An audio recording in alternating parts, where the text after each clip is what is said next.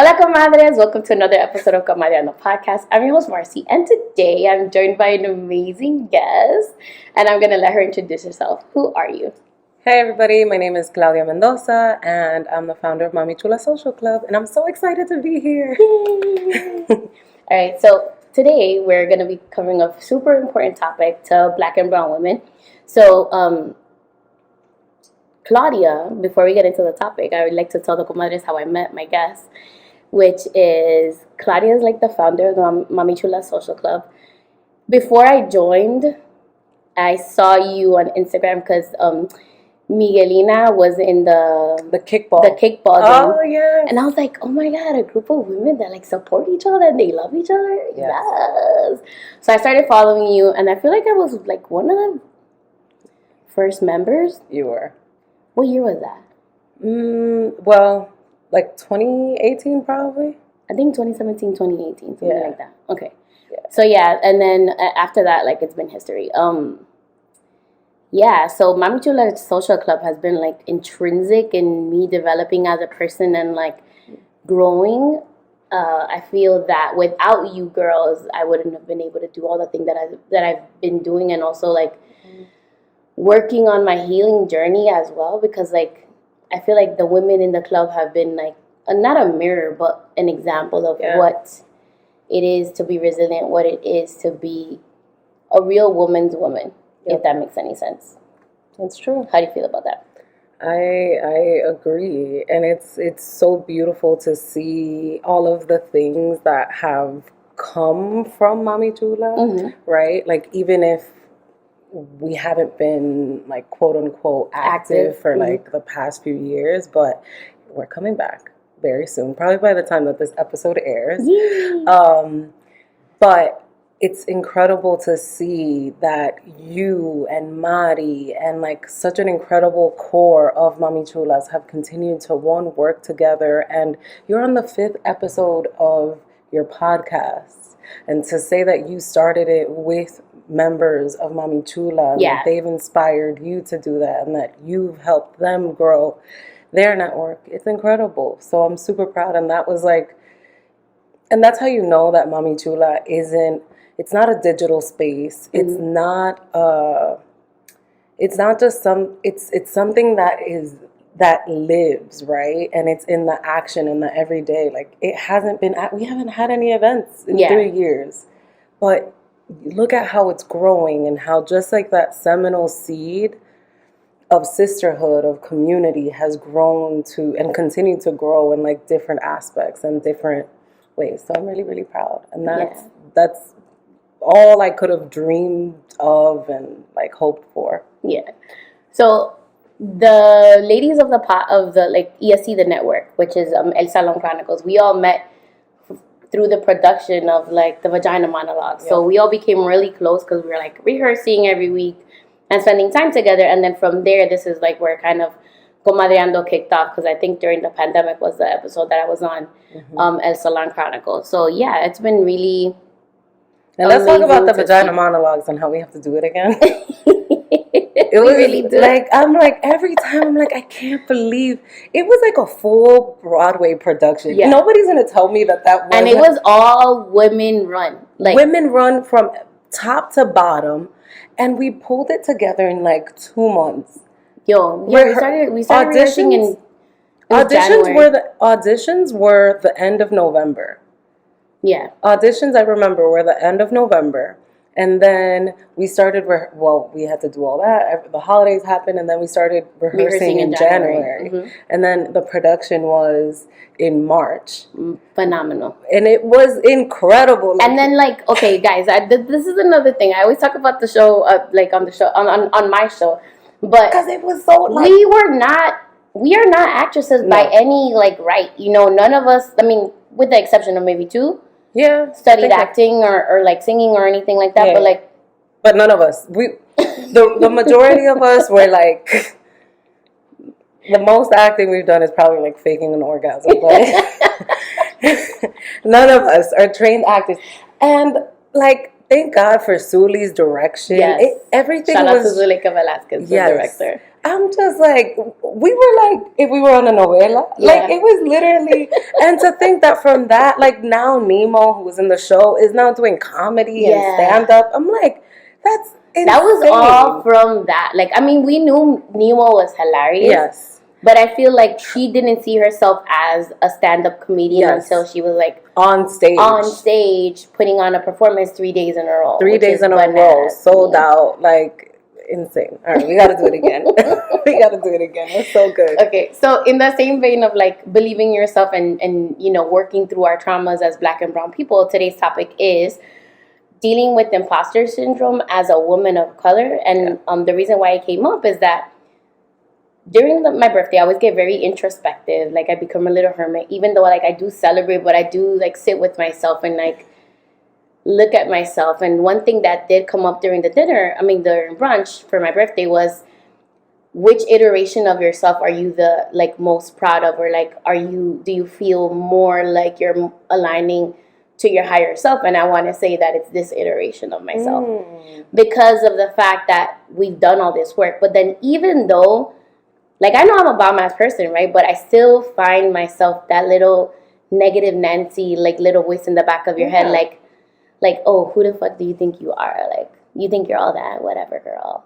Like, you know, so it's, and I know you've dealt with that too. Yeah. So I wanted to talk about it in community, you know, like, what do we do as a people of color to deal with imposter syndrome? Imposter syndrome is something that, like, I didn't have a language for until I started therapy. And I think that, like, the term is very new for a lot of us, but it's something that most of us have known and have been experiencing for our entire lives, right? It's the idea that you feel like you aren't good enough for something. Like, you feel, or at least this is how I interpret it, where it's like, you feel like you don't deserve to be doing what you're doing, or like, oh no, like that's not me. Like, I'm an imposter here. Like, this isn't who somebody's gonna discover me. Somebody's gonna discover me. Like, I'm not that great, and all these things. And the first time I heard about it was in therapy, and I feel like it's been something that I've been working on ever since, right? Like. And recently, actually, I had like a really big test with imposter syndrome. And it's like, imposter syndrome tells us a lot of times that we don't belong in certain rooms and in certain spaces. When a lot of times you are probably more equipped and have more experience, more knowledge than the person that you think that takes the stage and is taking the microphone and is speaking, right? And you're like, yo, but I've done that. Like, you have a master's and you have this and you have all of the credentials, but it's like, no, but I'm not good enough. Or like, no, like, but I haven't done X, Y, and Z and I can't speak on something. The fact of the matter is that, like, we all have expertise, right? And your voice, your perspective, your experience matters, right? And there's something that can be learned from everybody at every stage of their life, right? Like, I was invited to talk on stage at Fast Company Innovation Festival. And Fast Company is like this like incredible publication, and it's a big deal. Like, it's a global big deal around the world. And that morning they reached out to me and were like, hey, we were given your name and we have 5 minutes on stage for you to talk. And in that moment I was like, who the fuck am I and what the fuck am I going to talk about? But clearly somebody sees that my story and my whatever it is that I'm adding to this world is innovative. Somebody sees me and it's like, why can't I see myself and that worth, right? So I challenged myself and I was like, fuck it, yo, I'm gonna just do it, and I'm gonna just swing it, and like, let's go. I'm gonna just share my story and speak my truth from what I know right now, because that's enough. And that's how I'm dealing with imposter syndrome. It's like, I might not know everything, right? I might not have all the answers. Because you're never going to have all the answers. And you get the answers by asking and learning and like questioning, right? But that doesn't mean that what you know right now isn't enough. And that's what I am challenging myself to do, to come as I am, as the whole, present, and being like, okay, this is what I got for y'all, and this is enough. So I went on stage. I was the third person out of 4 to speak, and I fucking killed it, right? And I said something that no one there had said. I started off by saying it was a room filled with white people. There were like 2 Latinos in the entire room in this in this talk, and I was one of 3 Latinas or Latinos.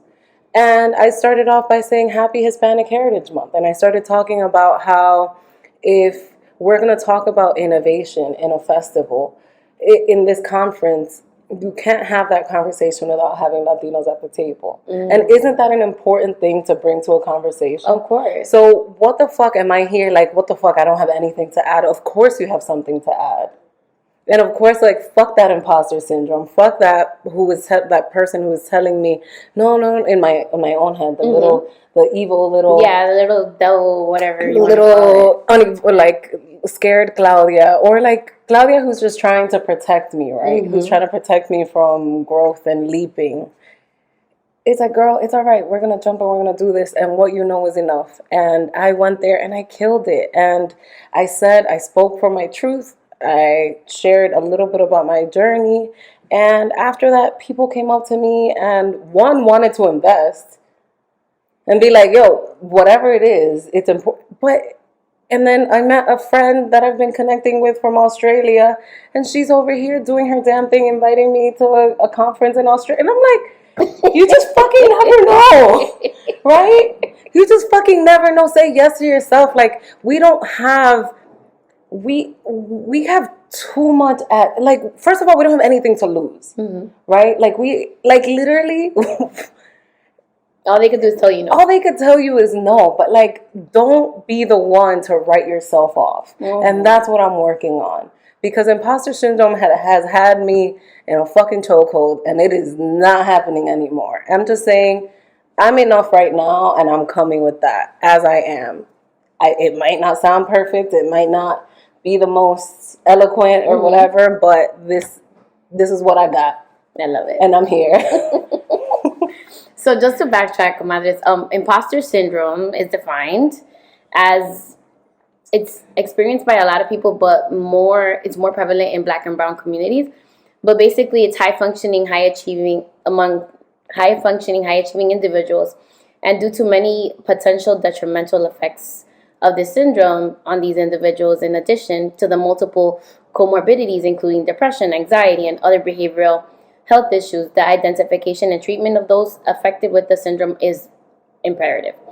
So the individuals can't internalize their success and subsequently experience pervasive feelings of self-doubt, anxiety, depression, and or apprehension of being exposed as a fraud in their work despite verifiable and objective evidence of their successfulness. So this article, I pulled it up. It's called You Belong in the Room, Exploring Imposter Syndrome from a Black Perspective. So literally what I said without even knowing that. Exactly. I didn't even read this, or I didn't even have this now. You see? We belong in the fucking room. You belong at the table. But I feel like the way we're socialized, and this, I was researching the phenomenon. Basically, Black and brown people try not to have their kids.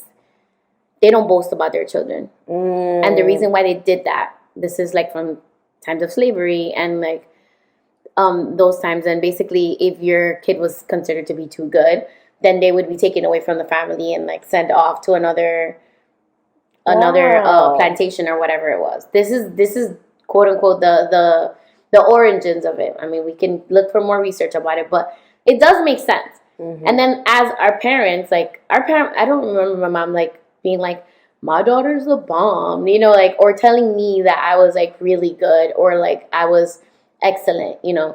It was always kind of like I would show up and I would like do all these amazing things and she'd be like, you could have done better. You could have gotten 100. You could have done this, right? So I feel like that adds to the imposter syndrome because it's like unrealistic expectations of perfection when nobody's perfect. No. And then some people are able to break free of that and just like be mediocre and be okay. There's a lot of mediocre people who should have some imposter syndrome and have the most audacious confidence.